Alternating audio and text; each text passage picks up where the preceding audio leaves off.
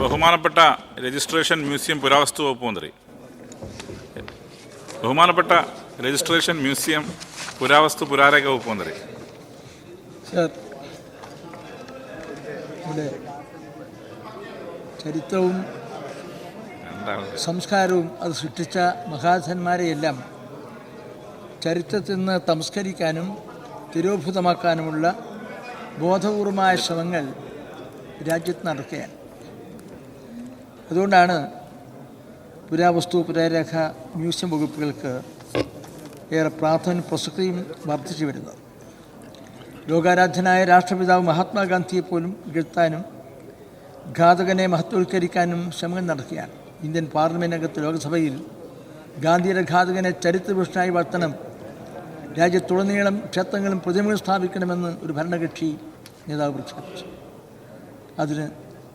അതാണ് നാട്ടിൽ നടക്കാൻ പോകുന്ന ഒരു രൗദ്രഭാവങ്ങളുടെ ഒരു അഭിസ്പൃതമായ കാഴ്ച.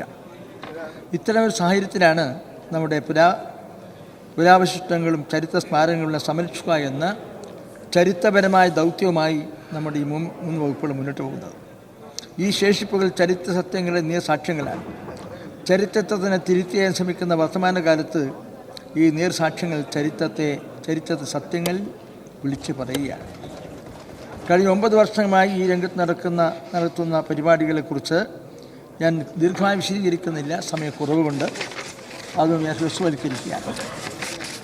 നമ്മുടെ കന്യാകുമാരി ജില്ലയിലെ ലോകത്തിലെ തന്നെ പ്രധാനപ്പെട്ട പൈതൃക കെട്ടിടമായ പത്മനാഭപുരം കൊട്ടാരം തൊട്ട് കാസർഗോഡ് ചന്ദ്രഗിരി കോട്ട വരെയുള്ള 192ഓളം സംരക്ഷിത സ്മാരകങ്ങൾ, അവിടെയെല്ലാം ശാസ്ത്രീയമായ സംരക്ഷണം ഉറപ്പാക്കുക മാത്രമല്ല, ഇവയിൽ പലതും പുരാവസ്തു മ്യൂസിയങ്ങളാക്കി എവിടെയെങ്കിലും പ്രദർശന സംവിധാനങ്ങളെ അന്താരാഷ്ട്ര നിലവാരത്തിൽ സജ്ജീകരിച്ച് സന്ദർശകരെയും ഗവേഷകരെയും ആകർഷിക്കുകയാണ്. അങ്ങനെ ആ നിലയിൽ സംവിധാനം ചെയ്തിട്ടുണ്ട്. Thrissur Sakthan Thampuran museum, Kollengode palace museum, Tripunithura hill palace museum, Kayamkulam Krishnapuram കൊട്ടാരം മ്യൂസിയം, പയ്യന്നൂരിലെ ഗാന്ധി സ്മൃതി മ്യൂസിയം ഇവയിൽ ശ്രദ്ധേയമായിട്ടുള്ളതാണ്. സർ, ചരിത്ര സ്മാരകങ്ങളുടെയും ശേഷിപ്പുകളുടെയും സംരക്ഷണത്തിന് നിരന്തരവും ജാഗ്രതാപൂർണമായ ശ്രദ്ധയും പരിപാലനവും അത്യന്താപേക്ഷിതമാണ്. സാമ്പത്തികമായ ഞെരുങ്ങൾക്കിടയിലും ബഹുമാനപ്പെട്ട മുഖ്യമന്ത്രിയുടെ നേതൃത്വത്തിൽ ഇടതുപക്ഷ ജനാധിപത്യമുണ്ട് പ്രഖ്യാപിത നവകേരള സൃഷ്ടിക്കാൽ വകയിരുത്തലുകളിൽ ബഹുമാനപ്പെട്ട ധനകാര്യ വകുപ്പ് മന്ത്രി കെ എൻ ബാലഗോപാൽ അവതരിപ്പിച്ച വരും വർഷത്തേക്കുള്ള ബഡ്ജറ്റിലും ആ കാര്യങ്ങൾ പരാമർശിക്കുകയും അതിനാവശ്യമായ പരിഗണന നൽകുകയും ചെയ്തത് സന്തോഷകരമാണ്. സാർ, സംസ്ഥാന പുരാവസ്തു വകുപ്പ് നീക്കിവെച്ച 21.4 കോടി രൂപയുടെ പദ്ധതികൾ സംരക്ഷിത സ്മാരകങ്ങളുടെ സംരക്ഷണ പദ്ധതികൾ, പൈതൃക കെട്ടുകൾ ഏറ്റെടുക്കൽ എന്നിവയ്ക്കായി 600 ലക്ഷം രൂപ വകയിരുത്തിയിട്ടുണ്ട്. നമ്മുടെ പൈതൃക ശേഷിപ്പുകളായ ചില കോട്ടകളിലും മറ്റും കയ്യേറ്റം ശ്രദ്ധയിൽപ്പെട്ടത് ശ്രദ്ധിച്ചിട്ടുണ്ട്. അത് ഒഴിവാക്കി ശ്രമിക്കും. നിലവിലുള്ള മ്യൂസിയം ഗാലറികളുടെ നവീകരണം, പരിസര വികസനം, സന്ദർശക സൗകര്യം ഒരുക്കൽ, പത്മനാഭപുരം കൊട്ടാരം മ്യൂസിയത്തിൽ സംരക്ഷണം എന്നിവയ്ക്ക് 700 ലക്ഷം രൂപ വേറെയും നീക്കിവെച്ചിട്ടുണ്ട്. സർ, ചരിത്ര ശേഷിപ്പുകൾ, സൈറ്റുകൾ എന്നിവയുടെ പഠനം, സംരക്ഷണം എന്നിവയ്ക്കായി 79 തുടക്കം കുറിച്ച പ്രാദേശിക ലബോറട്ടറി പ്രവർത്തനം ശക്തിപ്പെടുത്താൻ ബഡ്ജറ്റിൽ 80 ലക്ഷം രൂപ വകവെച്ചിട്ടുണ്ട്. 51 ഏക്കറിൽ വ്യാപിച്ചു കിടക്കുന്ന എറണാകുളം ഹിൽ പാലസ് മ്യൂസിയത്തിൻ്റെയും ജില്ലയിലെ മറ്റ് സ്മാരകങ്ങളുടെ സംരക്ഷണത്തിനും ശാസ്ത്രീയമായ നവീകരണത്തിനും നടപടികൾ സ്വീകരിക്കാൻ അടുത്ത വർഷം പദ്ധതി ആവിഷ്കരിച്ചിട്ടുണ്ട്. 140 ലക്ഷം രൂപ ഇതിനായി നീക്കിവെച്ചിട്ടുണ്ട്. സർ, നമ്മുടെ ചരിത്ര ശേഷിപ്പുകൾ കണ്ടെത്താൻ പര്യവേഷണങ്ങളും ഉദ്ഘാടനങ്ങളും ഏറെ പ്രധാനപ്പെട്ടതാണ്. ഈ മേഖലയെ കൂടുതൽ ശക്തിപ്പെടുത്തുന്ന നിർദ്ദേശങ്ങളാണ് ബജറ്റിലുള്ളത്. വയനാട് ജില്ലയിലെ കഞ്ഞോം പ്രദേശത്ത് ഇത്തരത്തിലൊരു പുരാതത്വ സർവേ നടന്നു വരികയാണ്. ഫീൽഡ് ആർക്കിയോളജിക്ക് 100 ലക്ഷം രൂപ വകവെച്ചിട്ടുണ്ട്. ഓരോ ജില്ലയുടെയും തനത് പൈതൃകം വിളിച്ചോതുന്ന മ്യൂസിയങ്ങൾ അതാത് ജില്ലകളിൽ സ്ഥാപിക്കുന്നതിന് ജില്ലാ പൈതൃക മ്യൂസിയം പദ്ധതി ആവിഷ്കരിച്ച് നടപ്പാക്കി വരികയാണ്. ഇടുക്കി, പാലക്കാട്, എറണാകുളം, തൃശ്ശൂർ, മലപ്പുറം ജില്ലകളിൽ നടപ്പാക്കി വരുന്ന ഇത്തരം പൈതൃക മ്യൂസിയങ്ങൾ സ്ഥാപിക്കാൻ പദ്ധതിയുണ്ട്. ഇതിന് അനുയോജ്യമായ സ്ഥലം കണ്ടെത്താൻ ബഹുമാനപ്പെട്ട MLA-മാരുടെ കൂടി സഹായം കൂടി ഞാൻ അഭ്യർത്ഥിക്കുകയാണ്. അതോടൊപ്പം തന്നെ പ്രധാനപ്പെട്ടതാണ് നാണയ പഠന ശാഖ. ഇന്ത്യയിലെ തന്നെ വലുതും വൈവിധ്യമാർന്ന നാണയശേഖരമാണ് നമുക്കുള്ളത്. ഈ ശാഖയെയും ശക്തിപ്പെടുത്തുന്നതിന് ബജറ്റിൽ വകയിരുത്തിയിട്ടുണ്ട്. 20 ലക്ഷം രൂപ അതിനുവേണ്ടി നീക്കിവെച്ചിട്ടുണ്ട്. പുരാവസ്തു വകുപ്പിനെ ആകെ തന്നെ ശക്തിപ്പെടുത്താനും കാര്യശേഷി വർദ്ധിപ്പിക്കാനും അന്തർദേശീയ ഏജൻസിയുമായി സഹകരിച്ച് പരിശീലന പരിപാടി ഉൾപ്പെടെ നടത്തുവാനും ഈ ബജറ്റ് വിഭാവനം ചെയ്യുന്നു. 30 ലക്ഷം രൂപ ഇതിനായി നിർദ്ദേശിച്ചിട്ടുണ്ട്. കേരളത്തിലെ മ്യൂസിയങ്ങൾ സ്ഥാപിക്കുന്നത് സർക്കാർ രൂപീകരിച്ച നോഡൽ ഏജൻസിയാണ് കേരള ചരിത്ര പൈതൃക മ്യൂസിയം. ഇതിനെ ശക്തിപ്പെടുത്താനുള്ള പദ്ധതികളും ആവിഷ്കരിച്ചിട്ടുണ്ട്.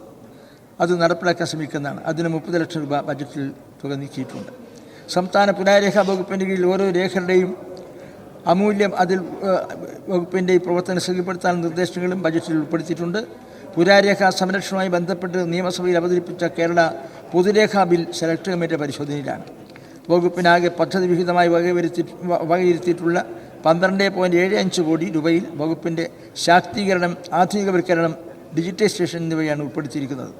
രേഖകളുടെ ഏറ്റെടുക്കൽ, അവയുടെ സംരക്ഷണം, ഭരണനിർവഹണം എന്നിവ മെച്ചപ്പെടുത്തുന്നതിന് 750 ലക്ഷം രൂപ വകവച്ചിട്ടുണ്ട്. നമ്മുടെ അമൂല്യങ്ങളായ രേഖകൾ അതാതിടങ്ങളിൽ തന്നെ സംരക്ഷിക്കപ്പെടുന്നതിന് വകുപ്പ് നടപ്പാക്കി വരുന്ന പദ്ധതിയാണ് കമ്മ്യൂണിറ്റി ആർക്കൈവ്സ്. പങ്കാളിത്ത ഡിജിറ്റൈസേഷൻ വഴി രേഖകളുടെ സംരക്ഷണത്തിനും സാമൂഹ്യ പങ്കാളിത്തം ഉറപ്പാക്കാനും ബോധവൽക്കരണം നടത്താനും ശ്രദ്ധിക്കും. അതിനുള്ള വകയിരുത്തലുകളും നിർദ്ദേശങ്ങളും ഈ ബഡ്ജറ്റിലുണ്ട്. പങ്കാളിത്ത ഡിജിറ്റൈസേഷൻ പദ്ധതിക്ക് 25 ലക്ഷം രൂപയും നീക്കിവെച്ചിട്ടുണ്ട്. ലോകത്തെന്ന അത്ഭുതവും അമൂല്യമായ താളിയോല ശേഖരമാണ് നമ്മുടേത്.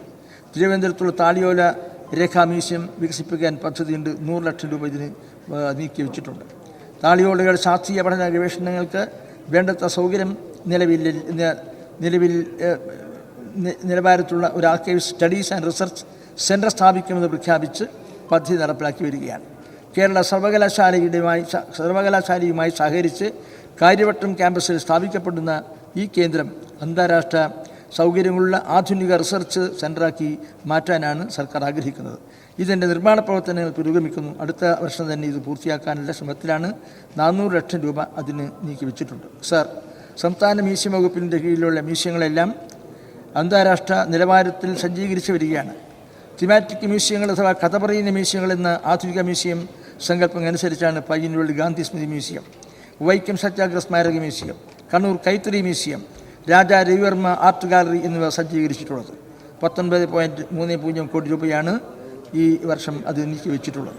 ഇതിൽ മ്യൂസിയങ്ങളുടെ നവീകരണത്തിന് 9 കോടി രൂപയും ശ്രീചിത്ര ആർട്ട് ഗാലറിക്ക് മാത്രമായ 1 കോടി രൂപയും നവോത്ഥാന മ്യൂസിയത്തിന് 10 ലക്ഷം രൂപയും നീക്കിവെച്ചിട്ടുണ്ട്.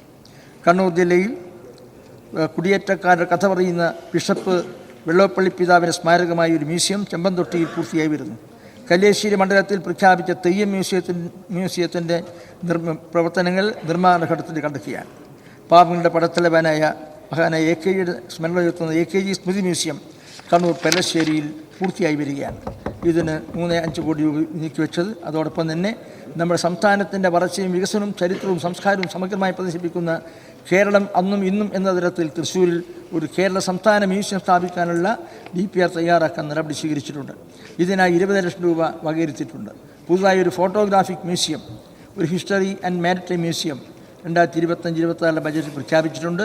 ഫോട്ടോഗ്രാഫി മ്യൂസിയത്തിനായി 50 ലക്ഷം രൂപയും ഹിസ്റ്ററി ആൻഡ് മാരിടൈം മ്യൂസിയത്തിനായി 500 ലക്ഷം രൂപയും വകയിരുത്തിയിട്ടുണ്ട്. സർ, രാജാ രവിവർമ്മയുടെ അമൂല്യ ചിത്രശേഖരങ്ങളുള്ള തിരുവനന്തപുരത്തുള്ള നമ്മുടെ മ്യൂസിയത്തിലാണ് അമൂല്യങ്ങളായ ഈ ചിത്രങ്ങളുടെ ശാസ്ത്രീയ സംരക്ഷണം ഉറപ്പാക്കുന്നതിനുള്ള കൺസർവേഷൻ ലബോറട്ടറി, സെക്യൂരിറ്റി, മോണിറ്ററിംഗ് സംവിധാനങ്ങൾ, ലോക്ക് റൂമുകൾ എന്നിവ സ്ഥാപിക്കുന്നതോടൊപ്പം ഇവയെല്ലാം തന്നെ സന്ദർശക സൗഹൃദത്തിന് പ്രാദേശിക സാമൂഹ്യ പിന്തുണ ഉറപ്പാക്കുന്നതാണ്. വിദേശികൾ ഉൾപ്പെടെയുള്ള സന്ദർശകന്മാർ ഇതിൻ്റെ ഭാഗമായി എത്തിച്ചേരുകയാണ്. സർ, വ്യത്യസ്തങ്ങളായ കഥ പറയുന്ന നിരവധി മ്യൂസിയങ്ങളാണ് കഴിഞ്ഞ ഒരു മിനിറ്റിലോട് സർ ഈ ഒരു മ്യൂസിയം കമ്മീഷൻ രൂപീകരിക്കുമ്പോൾ ഒരു നിർദ്ദേശമുണ്ട്. 2ാം സർക്കാരിൻ്റെ പ്രകടനപത്രത്തിൻ്റെ വാഗ്ദാനം അതും ഇതിനകം നടപ്പിലാക്കും.